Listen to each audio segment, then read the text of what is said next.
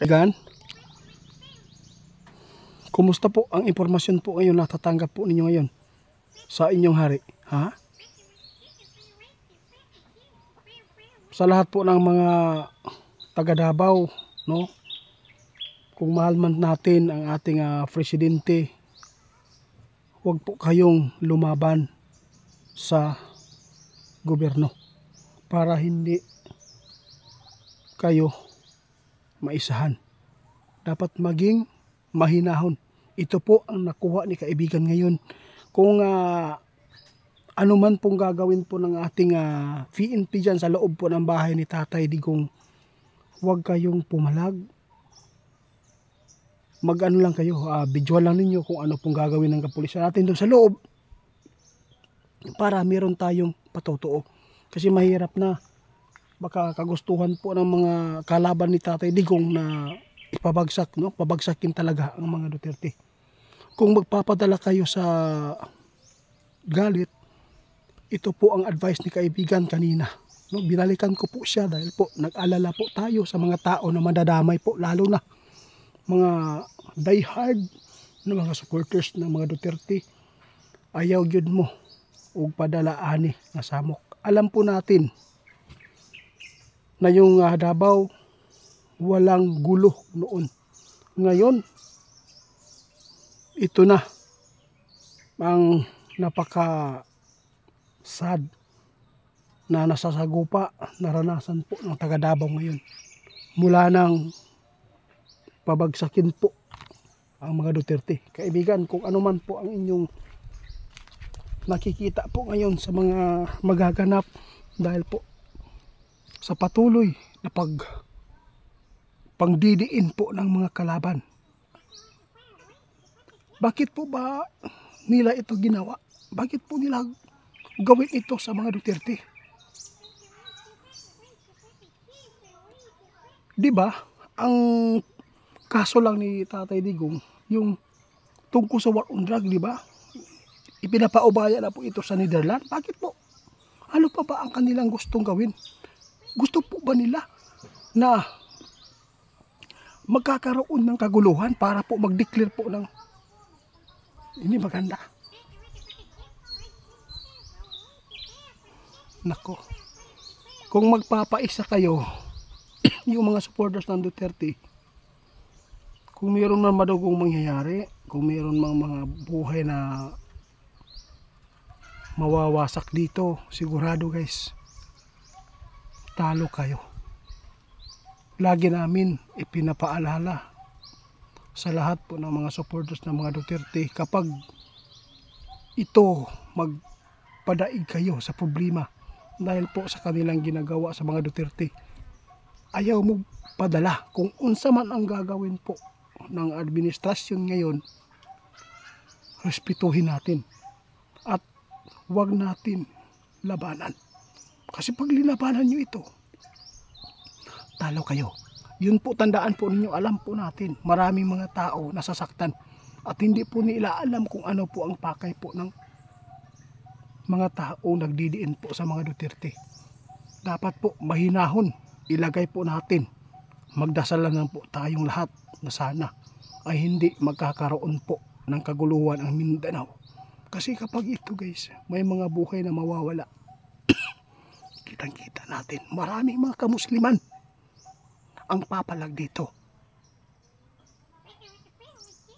Tama ka kaibigan. Yun po, sabi po ni kaibigan guys. Kung ano man pong gagawin po, kung meron silang halughugin po sa bahay, sundan lang po ninyo, bantayan lang, no? Mag-video para makita ng sambayan ng Pilipino kung ano man po ang pumasok po doon sa bahay ni Tatay. Huwag lang po kayong magpadala sa inyong dugo, bugso ng damdamin nyo dahil sa galit. Kasi pag nagpadala kayo ng galit, posibleng talo kayo. Wala tayong laban sa gobyerno. Respetuhin po natin. Huwag po ninyong labanan ang mga kapulisan natin. Dahil po, wala tayong kakayanan na labanan po ang gobyerno. Respetuhin natin kung ano man po ang kanilang pasya. Kung ito man ay halughugin po nila ang bahay ni tatay. No? Sa totoo lang, ngayon lang ito nangyari. Ilang presidente ang dumaan. Noong si Marcos po yung tatay ni BBM na nagdala gulo, di ba? Kita natin yung gulo. Dami, martial law, nagkakagulo. Ngayon naman, noong si BBM naman po yung nakaupo, di sana tayo. No? Dili, unta ta pwede na maparihas unta sa iyang papa. Dili ta gusto maparihas.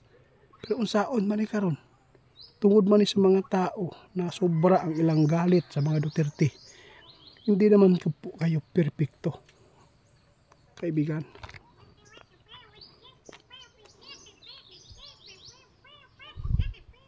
Sana po, no? Sana. Kanina guys, kinausap ko si kaibigan kanina noong umaga. Pinuntahan ko kaagad noong nalaman natin na i-read po ang bahay at marami pong mga tao nag-request na ipatanong. Kaya binalikan ko agad kasi baka po mayroon po silang maipaabot na impormasyon. Pero nagpasalamat tayo dahil po sa advice ng ating kaibigan ngayon. At saka marami itong makakuha kung ano man po ang ipinapahayag ng ating kaibigan, kung ano po ang mga balak po ng kalaban po ng ating ex-president, kaibigan. Isipin po ninyo, balita si Sara Duterte arestuhin ng ICC. Marami nagsabi, hindi paano yan maaresto? Di, maaresto po yan, ma'am. Kung sakali man papayagan po ng ating presidente. Tingnan mo si Tatay Digong, anong nangyari? Maraming nagsasabi, hindi yan malakas yan, hindi yan maaresto. Anong nangyari? Meron po ba tayong nagawa? Wala. Kung ano man po ang gagawin po ng lahat sa ganyan, pabayaan natin kasi po hindi naman po yan papatayin. Oo. Ipagulungin yan yung kaso. Kaya maraming mga abogado na magaling dyan na pwedeng ipaglaban ang ating kliyente, kaibigan. Basta sana, sabi ng ating kaibigan, hindi mangyari ang kanyang hinuhulaan noon na mayroong magaganap sa Mindanao na madugo na labanan. Manila versus Mindanao, ayaw po natin yan. Tao po, kapo natin Pilipino, mag-unay-unay ta. Pinagsisikapan nga natin yung mga New People's Army na maibalik po sa gobyerno. Diba? Isipin po natin, pinaghirapan natin, buhay po ang nakataya ng ating mga kasundaluhan para po tugisin ang mga New People's Army para po maibalik sa normal na kanilang pamumuhay na masakop sila sa gobyerno. Tapos ngayon, ang ating gagawin, yung panggigipit, yung gagawin natin, yung mga tao na apektuhan po talaga guys. Yun po ang nagawa natin ngayon na ipinapaabot. Inimagine na lang po natin sa kanila. No? Isinishare po natin ang nakita po natin. Sana walang buhay na mawawala. Kasi sinabi ng ating kaibigan kahapon, prediction niya, pwedeng magpapatayan ang kapwa. Kung ano man po ating nakikita na mga nangyayari dito sa atin na mayroong mga patayan, hindi pa yan.